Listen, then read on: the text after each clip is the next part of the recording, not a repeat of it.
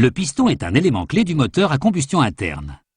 C'est une pièce qui coulisse de haut en bas à l'intérieur de chaque cylindre.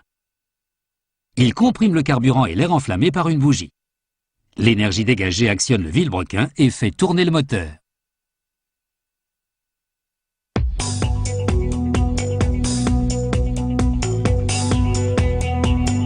Cette entreprise fabrique 9000 sortes de pistons différents. Aussi bien pour les motos tout-terrain que pour les moteurs de voiture. Pour commencer, on utilise une barre en aluminium de 3 mètres de long. L'aluminium est idéal car c'est un métal léger, inoxydable et facile à découper. Une lame de scie circulaire découpe la barre en tronçons dont la longueur peut être ajustée. Il suffit de régler le chargeur pour qu'il pousse la barre à différents intervalles. Ce modèle de piston requiert des tronçons de 7 cm. L'usine recycle les copeaux d'aluminium en trop.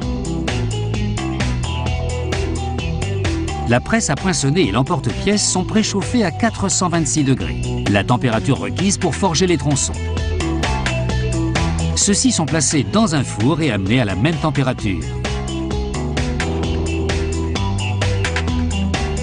La presse à poinçonner applique une force de 2000 tonnes sur le tronçon et lui donne la forme de base du piston.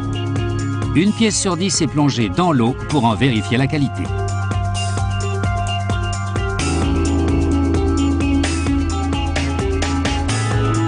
Pour faciliter le forgeage, chaque tronçon est prégraissé avant d'être chauffé. C'est pour cela qu'il flambe lorsqu'il est frappé par la presse. En 2 secondes, la presse a fini son travail. Mais les pièces sont tellement chaudes qu'elles doivent refroidir pendant 1 heure avant de passer à l'étape suivante.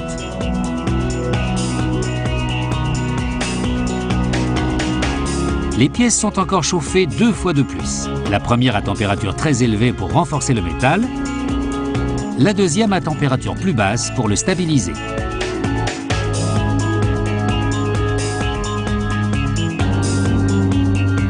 Chaque tronçon est inséré dans un tour pour lui donner la forme adaptée aux machines qui l'usineront ensuite.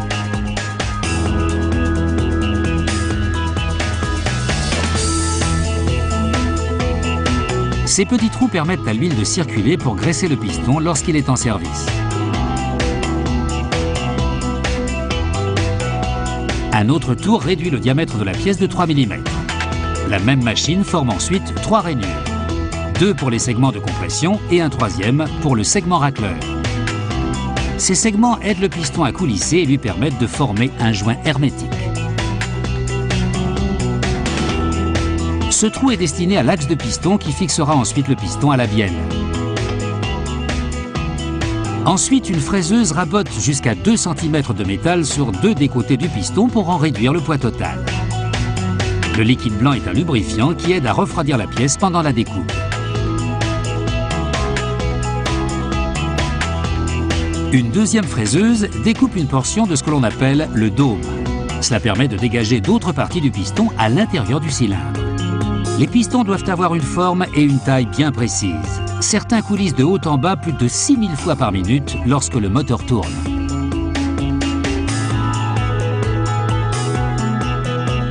Ensuite, un autre tour rabote très légèrement l'extérieur de la pièce. Cette découpe permet au piston de se dilater un peu lorsque la chaleur s'accumule dans le cylindre. Une perforatrice automatisée fabrique 2 orifices de vidange qui se croisent pour améliorer la lubrification de l'axe du piston. Une autre machine grave le numéro de série et de production.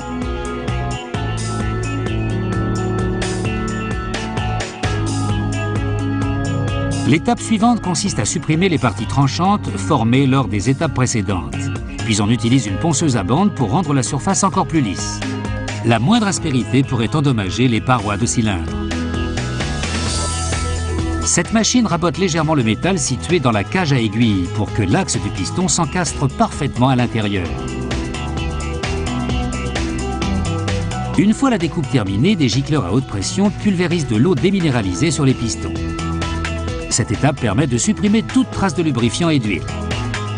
Après séchage au pistolet à air, nos pistons sont prêts à avoir des hauts et des bas.